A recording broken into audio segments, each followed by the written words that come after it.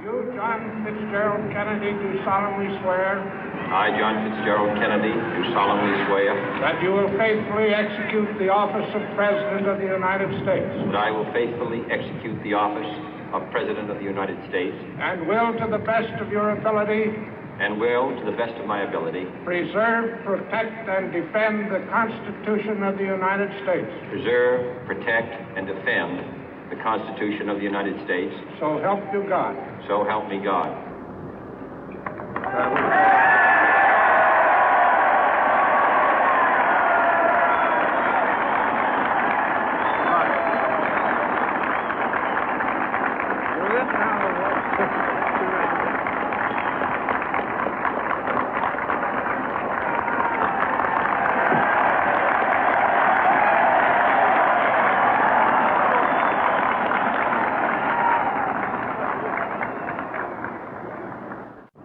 Vice President Johnson, Mr. Speaker, Mr. Chief Justice, President Eisenhower, Vice President Nixon, President Truman, Reverend clergy, fellow citizens.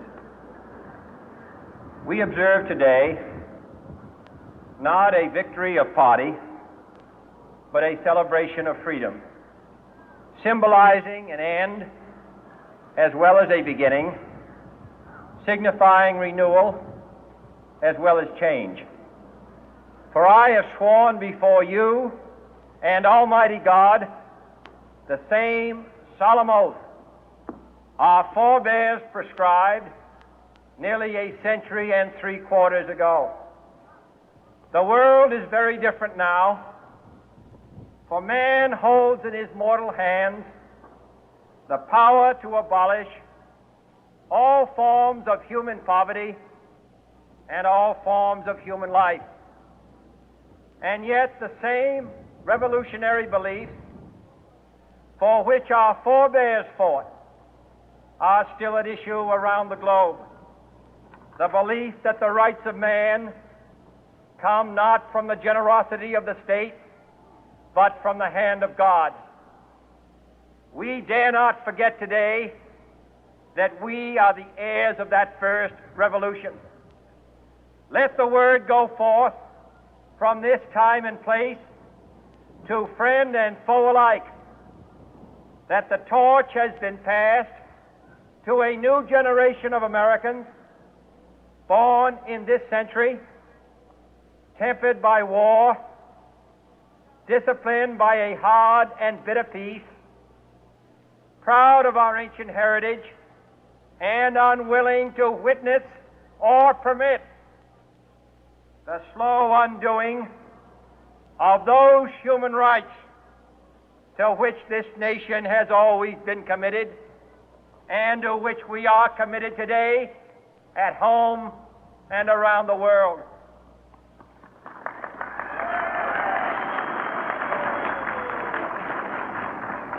Let every nation know, whether it wishes us well or ill, that we shall pay any price, bear any burden, meet any hardship, support any friend, oppose any foe to assure the survival and the success of liberty.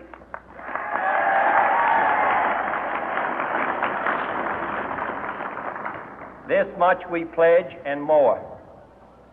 To those old allies whose cultural and spiritual origins we share, we pledge the loyalty of faithful friends.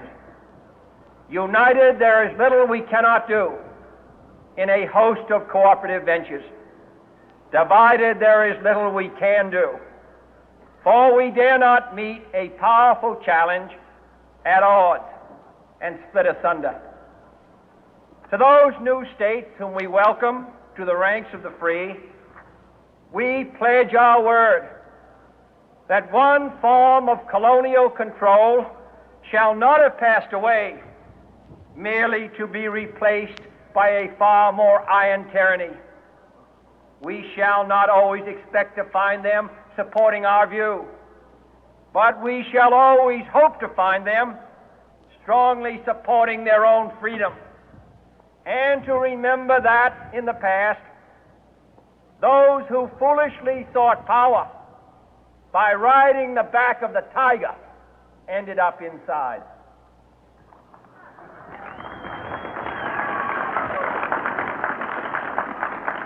To those people in the huts and villages of half the globe struggling to break the bonds of mass misery, we pledge our best efforts to help them help themselves for whatever period is required, not because the communists may be doing it, not because we seek their votes, but because it is right.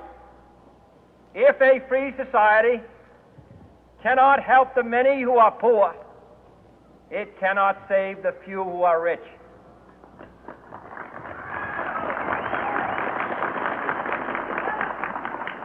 To our sister republics south of our border, we offer a special pledge to convert our good words into good deeds, in a new alliance for progress, to assist free men and free governments in casting off the chains of poverty.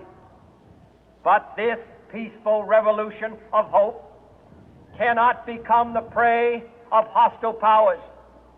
Let all our neighbors know that we shall join with them to oppose aggression or subversion anywhere in the Americas.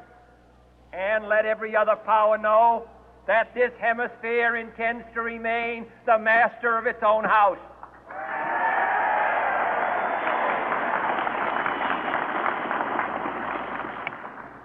To that World Assembly of Sovereign States, the United Nations, our last best hope, in an age where the instruments of war have far outpaced the instruments of peace, we renew our pledge of support to prevent it from becoming merely a forum for invective, to strengthen its shield of the new and the weak, and to enlarge the area in which its writ may run.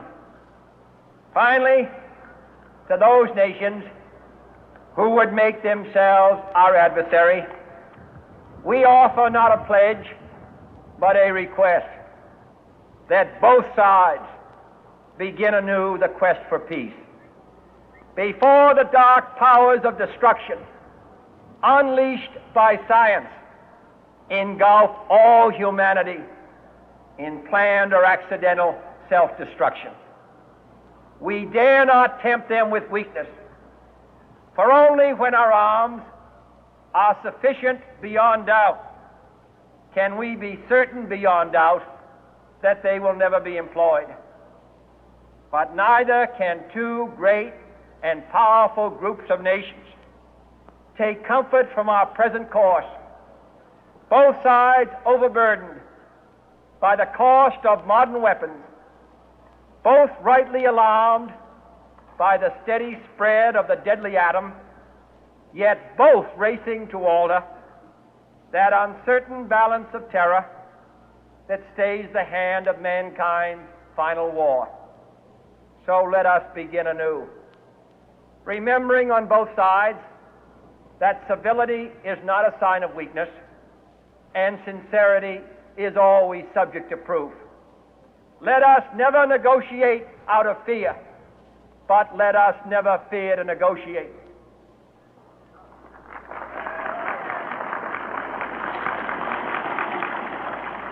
Let both sides explore what problems unite us, instead of belaboring those problems which divide us. Let both sides, for the first time, formulate serious and precise proposals for the inspection and control of arms, and bring the absolute power to destroy other nations under the absolute control of all nations.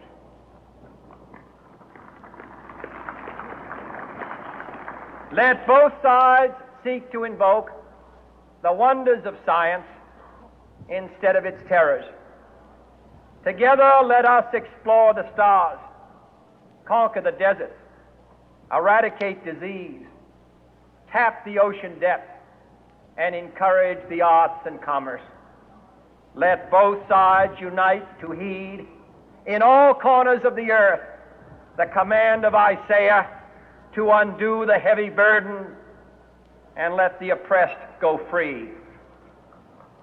And if a beachhead of cooperation may push back the jungle of suspicion, let both sides join in creating a new endeavor, not a new balance of power, but a new world of law, where the strong are just and the weak secure and the peace preserved.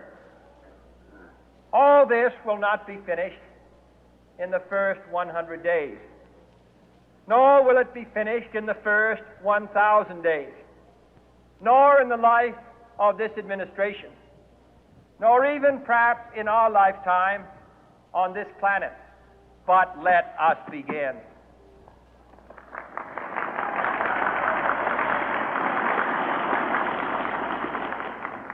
In your hands, my fellow citizens, more than